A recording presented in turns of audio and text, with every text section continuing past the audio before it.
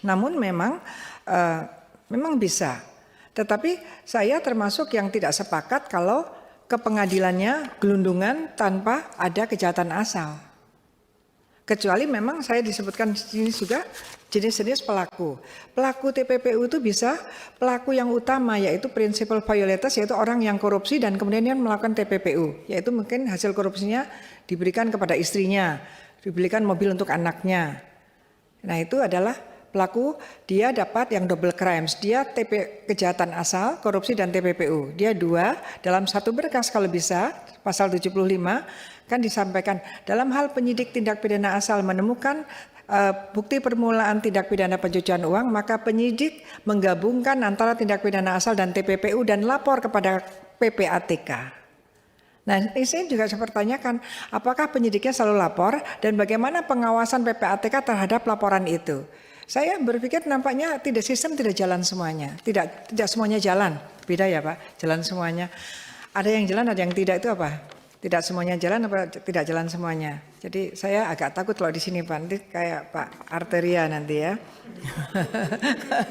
Jadi tidak semuanya bisa, tidak semuanya jalan.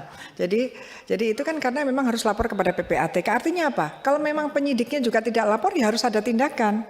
Kalau kemudian PPATK yang tidak tahu juga harus ada tindakan. Itu jadi memang seharusnya kalau di penyidikan bisa, itu karena itu kunci dari TPPU, di penyidikan bisa. Jadi jangan, ya memang mana ruangan kita untuk, memang begitu, anti tipping off itu tidak boleh diketahui ketika bahkan nasabah tidak boleh tahu ketika rekeningnya sedang dilaporkan ke PPATK. Siapapun yang membocorkan juga ada sanksi pidananya. Dan kalau nasabahnya itu sampai tahu bahwa itu sudah dilaporkan ke PPATK dan ternyata uangnya itu sah-sah saja, maka sudah ditentukan bahwa baik penegak hukum maupun bank itu tidak bisa dituntut pidana dan tidak bisa digugat perdata. Ya memang begitu ya, sudah resiko karena kok tiba-tiba rekeningnya tinggi ya nggak apa-apa lah Pak. Kalau tiba-tiba rekeningnya tinggi tapi ternyata itu hasil warisan yang sah ya nggak apa-apa diperiksa. Karena takutnya ada yang tiba-tiba tinggi dan memang betul-betul itu hasil kejahatan.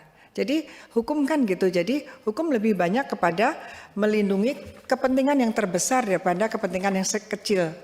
Kan dikatakan bahwa untuk kepentingan yang terbesar itu didahulukan. Memang ada side effect-nya yaitu ada kalanya sudah dilaporkan ternyata tidak ada apa-apanya. Ya nggak usah marah karena kalau marah pun nggak bisa karena sudah disebutkan tidak bisa gugat perdata maupun dituntut pidana. Karena kita demi kebaikan.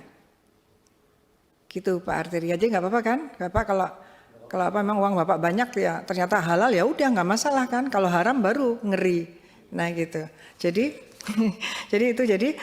terus kemudian 3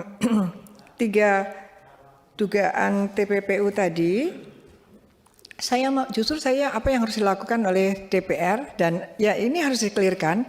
Saya juga heran Pak, kalau namanya LHA dari 2009 sampai dengan 12 tahun ini.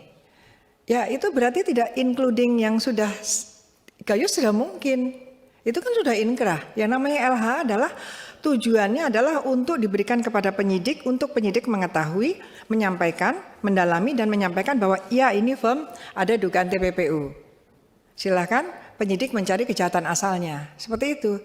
Jadi tidak logikanya ketika disampaikan dalam rangka sekarang ini ketika ada Rafael, kemudian ada LHKPN, kemudian ada angka 56 miliar, kemudian menjadi 500 miliar, kemudian 300 triliun, kemudian 349 triliun, kemudian ada 180, diantaranya itu ada 189 triliun karena bea cukai, itu dan itu semua dari LHA, itu berarti belum, itu adalah yang seharusnya kepada penyidik. Terima kasih sudah nonton, jangan lupa like, subscribe, dan share ya.